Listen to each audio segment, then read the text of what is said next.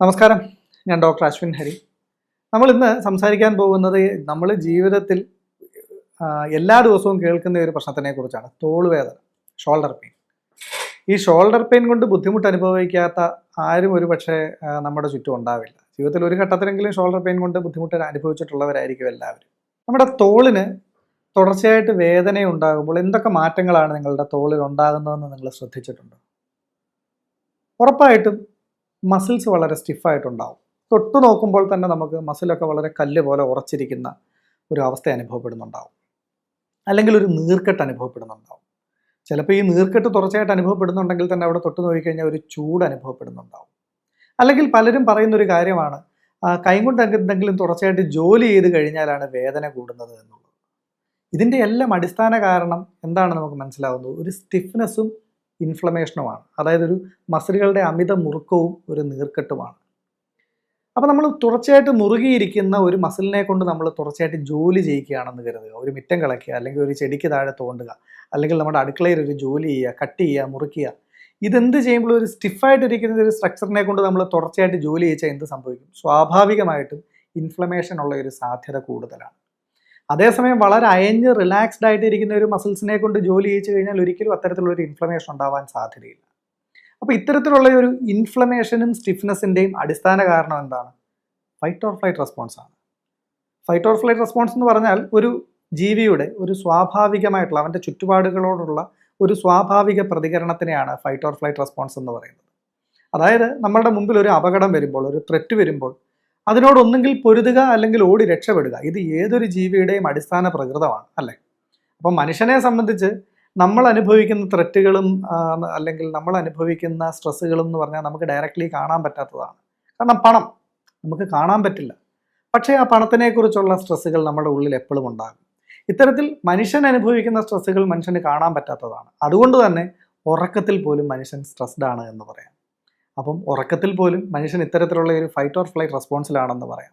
അല്ലെങ്കിൽ അവൻ്റെ മുമ്പിൽ ഒരു ത്രെറ്റ് ഇല്ലാതെ അവനൊരു ജോലി ചെയ്തുകൊണ്ടിരിക്കുമ്പോഴും അവൻ ഈ ഫൈറ്റ് ഓർ ഫ്ലൈറ്റ് റെസ്പോൺസിലാണെന്ന് പറയാം.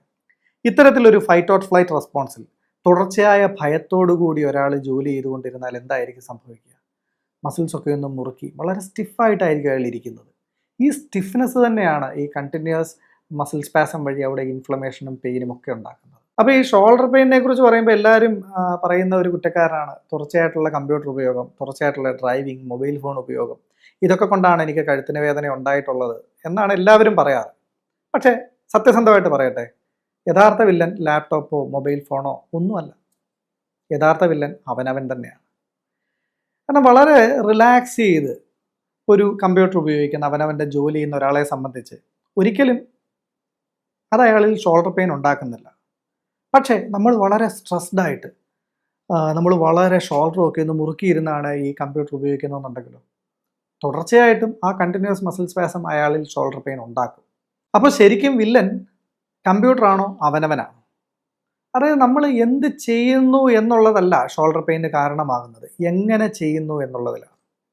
അതുകൊണ്ട് തന്നെ നമ്മൾ സ്ട്രെസ്ഡ് ആവാതെ വളരെ റിലാക്സ്ഡ് ആയിട്ട് ജോലി ചെയ്യുന്ന ഒരാളെ സംബന്ധിച്ച് ഈ കമ്പ്യൂട്ടറിൻ്റെ ഉപയോഗമോ ഒന്നും അല്ലെങ്കിൽ എഴുതുന്നതോ ഒന്നും ഷോൾഡർ പെയിൻ ഉണ്ടാക്കില്ല. പക്ഷേ അയാൾ വളരെ സ്ട്രെസ്ഫുള്ളായിട്ടാണ് ജോലി ചെയ്യുകയാണെങ്കിൽ അത് തീർച്ചയായിട്ടും ഷോൾഡർ പെയിന് കാരണമാകും.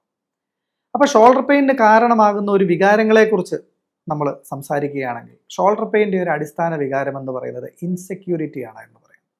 ഇൻസെക്യൂരിറ്റി അഥവാ ഭയം. അതിൻ്റെ ഒരു ബേസിക് വികാരം ഭയം തന്നെയാണ്. നമ്മളൊരു ഭയം ഉണ്ടാകുമ്പോൾ നമ്മൾ എങ്ങനെയാണ് നമ്മുടെ ഒരു ബോഡി റെസ്പോൺസ് എങ്ങനെയാണ്? നമ്മളൊരു ഹൊറർ ഫിലിം കാണാൻ പോകുമ്പോൾ നമ്മുടെ ഒരു ബോഡി റെസ്പോൺസ് നമ്മളൊന്ന് ഒബ്സർവ് ചെയ്താൽ മതി. ഷോൾഡറൊക്കെ ഒന്ന് ടൈറ്റ് ചെയ്ത് ഒന്ന് മുന്നോട്ടാഞ്ഞായിരിക്കും നമ്മൾ ഇരിക്കുന്നത്, അല്ലേ? ഇത്തരത്തിലൊരു മനുഷ്യൻ അയാളുടെ ഉപബോധ മനസ്സിലൊരു ഭയം കിടപ്പുണ്ടെങ്കിൽ അയാൾ പോലും അറിയാതെ അയാളുടെ ഉറക്കത്തിലും ഉണർവിലുമൊക്കെ ഇത്തരത്തിലുള്ള ചെറിയ ചെറിയ മസിൽ സ്പാസംസ് അയാളുടെ ശരീരത്തിൽ അനുഭവപ്പെടും. ഇത്തരം മസിൽ സ്പാസംസ് തുടർച്ചയായി അനുഭവപ്പെട്ടാലോ? നമ്മളിപ്പോൾ ഒരു മസിലിനെ നമ്മളൊരു 5 മിനിറ്റ് മുറുക്കി പിടിച്ചുകൊണ്ടിരുന്നു, അപ്പം തന്നെ ചിലപ്പോൾ നമുക്കൊരു ചെറിയ വേദന അനുഭവപ്പെടാം.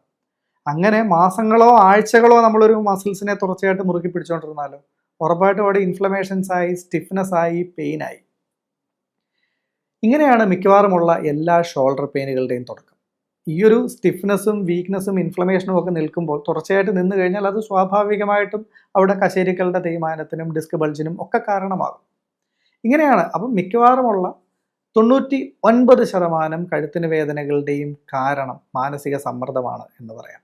അതായത് എന്ത് ചെയ്യുന്നു എന്നുള്ളതിനല്ല പ്രാധാന്യം, എങ്ങനെ ചെയ്യുന്നു എന്നുള്ളതിലാണ് പ്രാധാന്യം. ഈ കഴുത്തിന് വേദനകൾക്കുള്ള പരിഹാരം അതിനൊരിക്കലും ഒരു സർജറി അല്ല ഒരു പരിപൂർണ പരിഹാരം.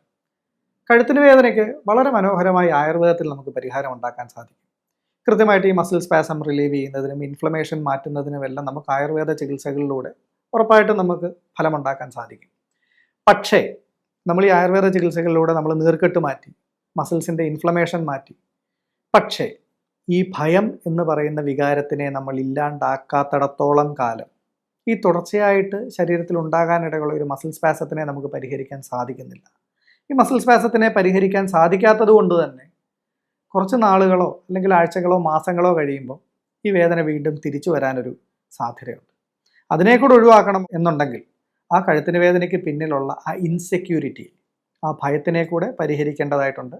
ആ ഭയത്തിനെ പരിഹരിക്കാൻ നമുക്കൊരു കൗൺസിലിംഗ് അല്ലെങ്കിൽ ഒരു ഗൈഡഡ് മെഡിറ്റേഷൻ ടെക്നിക്കിലൂടെ അയാളുടെ തന്നെ ഉള്ളിലേക്ക് നോക്കി അയാളുടെ ജീവിതത്തിൽ അയാൾ കടന്നു പോയിട്ടുള്ള അനുഭവങ്ങളിൽ അയാൾ സപ്രസ് ചെയ്തിട്ടുള്ള, അയാൾ എക്സ്പ്രസ് ചെയ്ത് തീർക്കാത്ത ഫിയറുകളെ ഐഡൻറ്റിഫൈ ചെയ്ത് എക്സ്പ്രസ് ചെയ്യുക എന്നുള്ളതാണ് അതിനുള്ള സൊല്യൂഷൻ. അത്തരത്തിൽ ആ ഫിയറിനെ കൂടെ റിലാക്സ് ചെയ്ത് കഴിഞ്ഞാൽ ആ ഷോൾഡർ പൂർണ്ണമായിട്ടും റിലാക്സ് ചെയ്യാൻ സാധിക്കും. അയാളുടെ ആ കഴുത്തിന് വേദനയ്ക്കും ഷോൾഡർ പെയിനും നിലനിൽക്കുന്ന ഒരു പരിഹാരം നമുക്ക് ഉണ്ടാക്കാനും സാധിക്കും.